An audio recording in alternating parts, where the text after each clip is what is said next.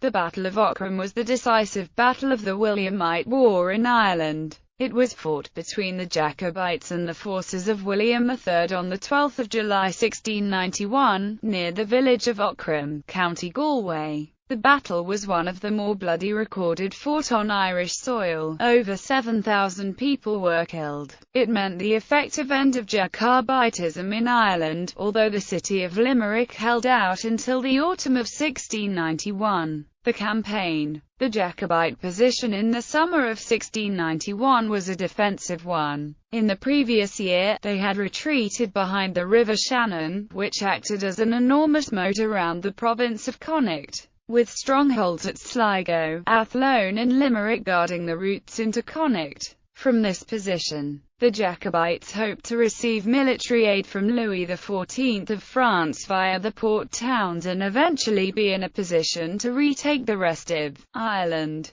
Godit de Ginkell, the Williamites' Dutch general, had breached this line of defence by crossing the Shannon at Athlone, taking the town after a bloody siege. The Marquis de Saint Ruth, the French Jacobite general, moved too slowly to save Athlone, as he had to gather his troops from their quarters and raise new ones from rapparee bands and the levies of Irish landowners. Ginkell marched through Ballinasloe, on the main road towards Limerick and Galway, before he found his way blocked by Saint Ruth's army at Aughrim on 12 July 1691. Both armies were about 20,000 men strong. The soldiers of St. Ruth's army were mostly Irish Catholic, while Ginkell's were English, Scottish, Danish, Dutch and French Huguenot and Irish Protestants. The Jacobite position at Aughrim was quite strong. St. Ruth had drawn up his infantry along the crest of a ridge known as Kilcomadan Hill. The hill was lined with small stone walls and hedgerows which marked the boundaries of farmers' fields,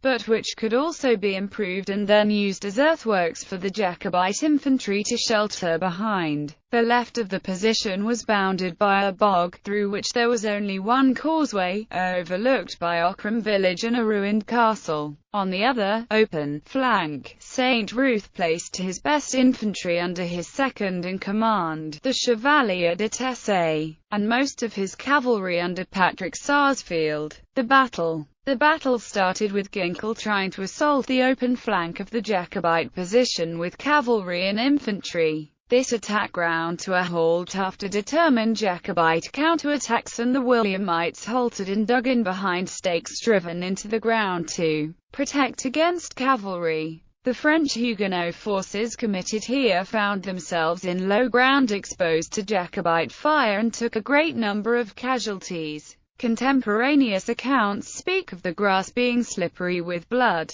To this day, this area on the south flank of the battle is known locally as the Bloody Hollow. In the centre, the Williamite infantry under Hugh Mackay tried a frontal assault on the Jacobite infantry on Kilcomadan Hill. The Williamite troops, mainly English and Scots, had to take each line of trenches, only to find that the Irish had fallen back and were firing at them from the next line. The Williamite infantry attempted 3 assaults, the first of which penetrated furthest. Eventually, the final Williamite assault was driven back with heavy losses by cavalry and pursued into the bog, where more of them were killed or drowned. In the rout, the pursuing Jacobites managed to spike a battery of Williamite guns. This left Ginkell with only one option, to try to force a way through the causeway on the Jacobite left. This should have been an impregnable position, with the attackers concentrated into a narrow lane and covered by the defenders of the castle there. However, the Irish troops there were short on ammunition. Mackay directed this fourth assault, consisting mainly of cavalry, in 2 groups, one along the causeway and one parallel to the south. The Jacobites stalled this attack with heavy fire from the castle, but then found that their reserve ammunition, which was British-made, would not fit into the muzzles of their French-supplied muskets. The Williamites then charged again with a reasonably fresh regiment of Anglo-Dutch cavalry under Henry de Massieu. Faced with only weak musket fire, they crossed the causeway and reached Aughrim village with few casualties. A force of Jacobite cavalry under Henry Luttrell had been held in reserve to cover this flank. However, rather than counter-attacking at this point, their commander ordered them to withdraw, following a route now known locally as Luttrell's Pass. Henry Luttrell was alleged to have been in the pay of the Williamites and was assassinated in Dublin after the war. The castle quickly fell and its Jacobite garrison surrendered. The fire from the castle on the right was insignificant, for it slew but a few in the passage. The reason of it was given because the men had French pieces, the bore of which was small, and had English ball which was too large. The Jacobite general Marquis de St. Ruth, after the 3rd Infantry rush on the Williamite position up to their cannons, appeared to believe that the battle could be won and was heard to shout, "They're running, we will chase them back to the gates of Dublin." However, as he tried to rally his cavalry on the left to counter-attack and drive the Williamite horse back, he was decapitated by a cannonball. At this point, the Jacobite position collapsed very quickly. Their horsemen, demoralized by the death of their commander, fled the battlefield, leaving the left flank open for the Williamites to funnel more troops into and envelope the Jacobite line. The Jacobites on the right, seeing the situation was hopeless, also began to melt away, although Sarsfield did try to organize a rearguard action. This left the Jacobite infantry on Kilcommodon Hill completely exposed and surrounded.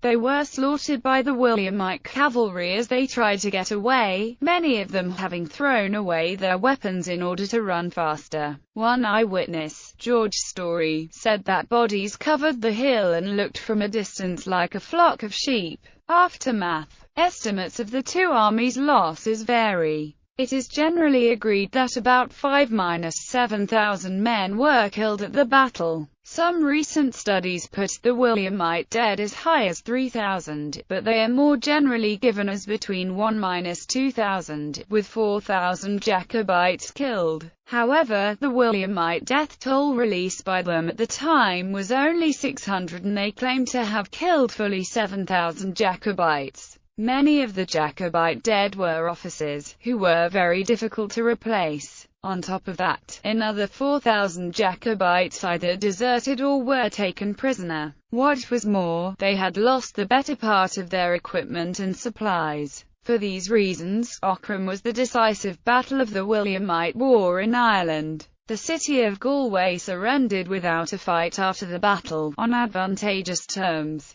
and the Jacobites' main army surrendered shortly afterwards at Limerick after a short siege. The battle, according to one author, seared into Irish consciousness, and became known in the Irish language tradition as Each Dro Imaner, Aughrim of the slaughter. The contemporary Gaelic poet Seamus Dal MacQuarta wrote of the Irish dead, "It is at Aughrim of the slaughter where they are to be found, their damp bones lying uncoffined." Another poet wrote, "Our friends in vast numbers and languishing forms, left lifeless in the mountains and corroded by worms." In 1885, artist John Mulvany completed his painting of this battle. It was exhibited at the Gorey Gallery in Dublin, Ireland in 2010. Since it marks the end of the Irish Catholic Jacobite resistance, Aughrim was the focus of Loyalist celebrations in Ireland on the 12th of July up until the early 19th century. Thereafter, it was superseded by the Battle of the Boyne and commemorations on the 12th, due to the switch to the Gregorian calendar. It has also been suggested that the Boyne was preferred because the Irish troops there were more easily presented as cowardly than at Aughrim, where they generally fought bravely. It is also mentioned in The Sash, an Ulster folk song. "It is old but it is beautiful, and its colours they are fine. It was worn at Derry, Aughrim, Enniskillen and the Boyne. My father wore it as a youth in bygone days of yore, and on the 12th I loved to wear the sash my father wore." The Aughrim battlefield site became the subject of controversy in Ireland over plans to build the new M6 motorway through the former battlefield. Historians, environmentalists and members of the Orange Order objected to the destruction of the 1691 battlefield. The motorway opened in 2009.